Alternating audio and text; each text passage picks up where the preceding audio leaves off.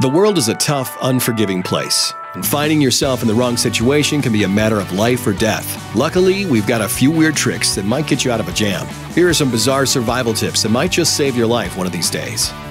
Killer cotton.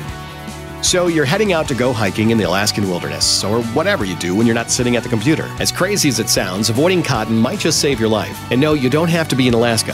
Cotton can kill you no matter where you're going or what time of year it is. The reason? Hypothermia. The science behind why cotton clothes put you on the road to hypothermia has to do with the way cotton grows, forming empty spaces within the fibers that allow it to absorb 27 times its own weight in water. Not only do these empty spaces mean you're going to get wet, but since water is attracted to cotton cellulose, it's going to take a long time for your clothes to dry. The wet fabric leaches away your body heat, which is a recipe for hypothermia. Fire from ice. Once again, you're lost in the woods with no help in sight and no way to start a fire. Hey, do you think there's directions about starting fires in the song We Didn't Start the Fire? I don't think so. If it happens to be winter, you're in luck. Well, kind of. There's still the whole freezing to death thing, but ice can actually save your life. You can use a ball of ice to focus the sun's rays and start a fire, just like you can with a magnifying glass. The idea is to find a clear chunk of ice, then carve it into a sphere. The heat from your hands will help smooth it out. It takes a while, sure, but hey, you're lost in the woods. What else are you gonna do? Death or dinner?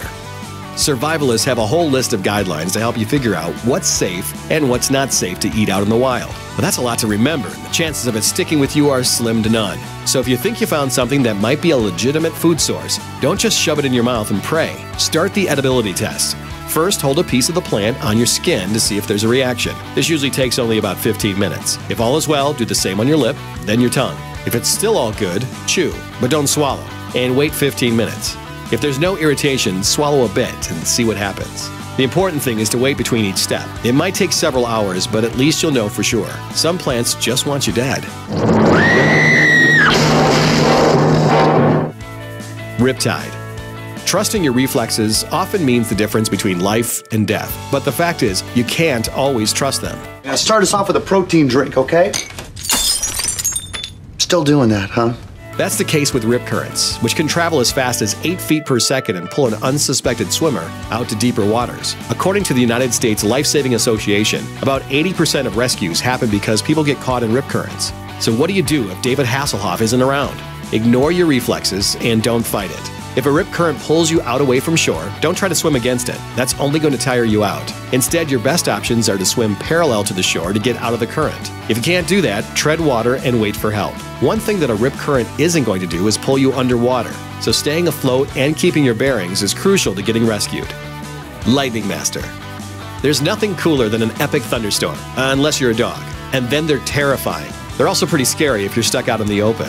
If you can't make it to shelter, National Geographic suggests crouching down, balancing on the balls of your feet, and covering your head. The idea is to make sure you're not the tallest thing in the area, while minimizing how much you're in contact with the ground. And whatever you do, don't lie down, because lightning can also travel across the ground. The jellyfish myth. Everyone knows that if you're stung by a jellyfish, you should have someone pee on it. You've got to do something. Well, there's really only one thing you can do. What? What is it? You're gonna have to pee on it.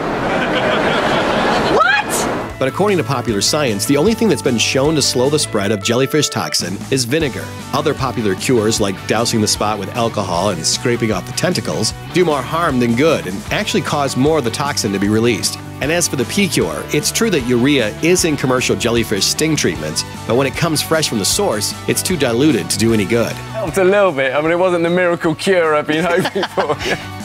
Crash course. Jumping out of a moving vehicle seems like one of those things that only happens in movies. Hopefully it isn't something you'd ever do in real life, but what if you actually have a reason to jump out of a speeding vehicle, like to get away from a carjacker or your crazy wife? Really hard. How much do you really need to have? Oh my God, Cat! According to stuntman Adam Curley, there are a few tricks that'll give you a better chance of making it out alive.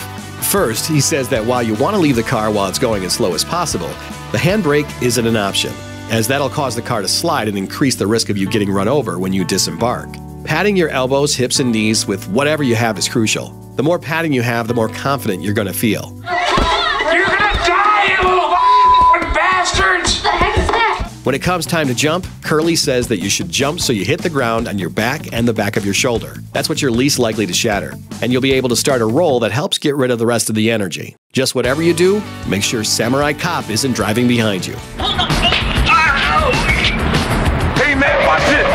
Watch it. Oh, man. Thanks for watching. Click the grunge icon to subscribe to our YouTube channel. Plus, check out all this cool stuff we know you'll love too.